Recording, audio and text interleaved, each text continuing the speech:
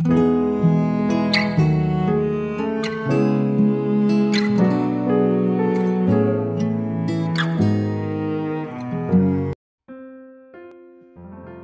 selamat pagi saudara yang dikasihi Tuhan Yesus.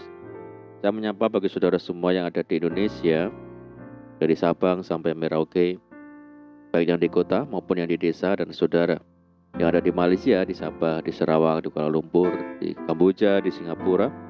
Senang sekali kembali menjumpai saudara pagi hari ini. Saya percaya kita tetap berada di dalam kasih dan penyertaan Tuhan kita, Yesus Kristus. Selamat datang kembali di Pokok Anggur bersama saya Yosia Krisbianto.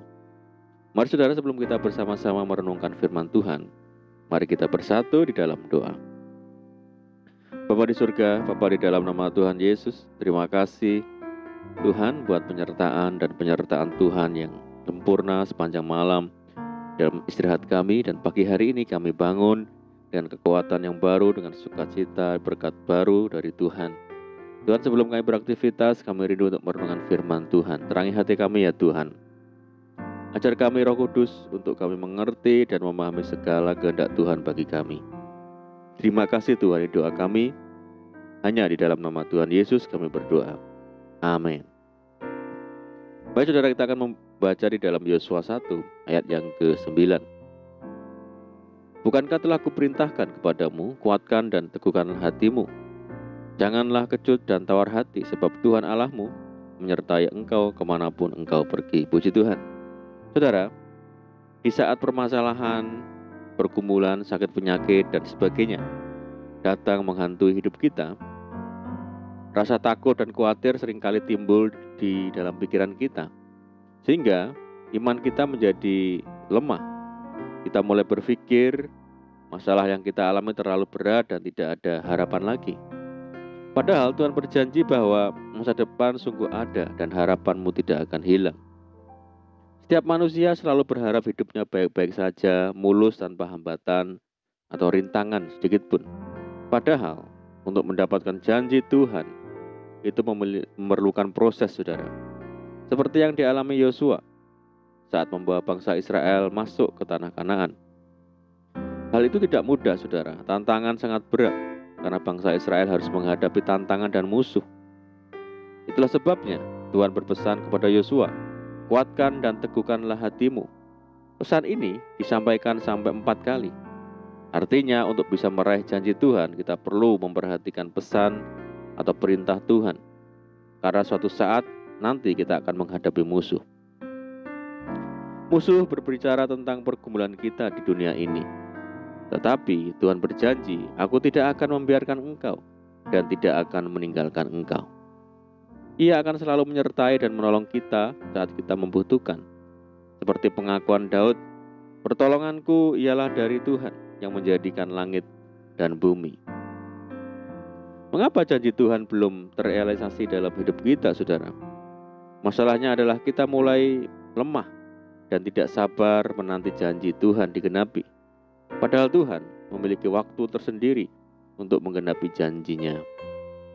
Tuhan tidak pernah terlambat untuk menolong kita, tetapi kita sendiri yang selalu membuat pertolongan itu tertunda, oleh karena kita mudah untuk bersungut-sungut, bahkan menyalahkan Tuhan. Sama halnya bangsa Israel yang tidak pernah berhenti mengeluh dan bersungut-sungut, padahal mereka senantiasa mengalami pertolongannya yang ajaib. Hal itu belum cukup bagi mereka untuk bisa mengucap syukur, yang ada justru selalu menyalahkan Tuhan. Saudaraku, rasa takut dan khawatir dapat dialami oleh semua orang tanpa terkecuali. Orang kaya, orang miskin, orang berpendidikan ataupun tidak, orang yang berpangkat atau pekerja rendahan, orang yang tinggal di kota, di desa, ataupun di lereng-lereng gunung. Semua pasti pernah mengalami rasa takut dan khawatir di dalam hidupnya. Banyak faktor yang menyebabkan seseorang dilanda rasa takut, saudara. Permasalahan dalam rumah tangga, krisis keuangan, bencana alam, musibah, sakit penyakit, kegagalan dalam studi, ancaman atau intimidasi dari pihak lain dan sebagainya. Hamba-hamba Tuhan, pelayan-pelayan Tuhan juga tidak luput dari rasa khawatir dan rasa takut. Elia yang adalah seorang nabi yang diurapi Tuhan juga dilanda rasa takut yang luar biasa. ketika ia mendengar ancaman dan gertakan dari Isabel. Jika besok kira-kira pada waktu ini aku tidak membuat nyawamu sama seperti nyawa salah seorang dari mereka itu, maka takutlah ia, lalu bangkit dan pergi menyelamatkan nyawanya. Rasa takut yang demikian hebatnya sampai membuat Elia ingin mati, padahal ia baru saja mendemonstrasikan kuasa Tuhan di hadapan umat Israel dengan berhasil membunuh 450 orang Nabi Baal di atas Gunung Karmel. Syukurlah pada akhirnya Elia mampu bangkit kembali imannya setelah Tuhan mengutus malaikatnya untuk menghibur dan menguatkan dia, serta memberinya makanan dan sebuah kendi berisi air untuk diminum. Saudara, Ahaz sekalipun raja, ketika mendengar berita bahwa Raja Aram hendak menyerang dan sudah berkemah di wilayah Efraim, hatinya dan hati rakyatnya gemetar ketakutan seperti pohon-pohon hutan bergoyang ditiup angin. Melalui hambanya Yesaya, ia berfirman, teguhkanlah hatimu dan tinggallah tenang. Janganlah takut dan janganlah hatimu kecut. Apa yang saudara takutkan saat ini? Mari saudara, serahkan beban permasalahan saudara kepada Tuhan dan imani setiap kebenaran firman Tuhan, serta kuatkan dan teguhkan hati kita, sebab Tuhan adalah penolong kita yang setia. Amin, puji Tuhan. Mari kita berdoa. Bapa di surga, Bapa di dalam nama Tuhan Yesus, terima kasih buat firman-Mu saat pagi hari ini. Ajar kami ya Tuhan untuk memiliki hati yang kuat dan teguh saat menghadapi tantangan dan pergumulan di hadapan kami. Ajar kami senantiasa hidup dalam ucapan syukur dan mempercayai Tuhan di setiap waktu. Karena kami percaya bahwa Tuhanlah yang mengasihi kami dan menolong kami. Terima kasih ya Tuhan. Saat ini kami menyerahkan hidup kami hari ini ke dalam tangan Tuhan. Berkati kami hari ini ya Tuhan. Berkati segala usaha kami, pekerjaan yang kami lakukan lewat tangan-tangan kami, dan jadikan kami hari ini berhasil dan beruntung, dan sertai kami hari ini dengan penyertaan Tuhan yang sempurna. Dan mohon petunjuk Tuhan sehingga kami hidup sejalan dan seturut dengan segala kehendak Tuhan. Limpahi kami dengan sukacita dan damai sejahtera hari ini ya Tuhan, dan jauhkan kami dari segala sakit penyakit, jauhkan kami dari segala macam mara bahaya dan malapetaka.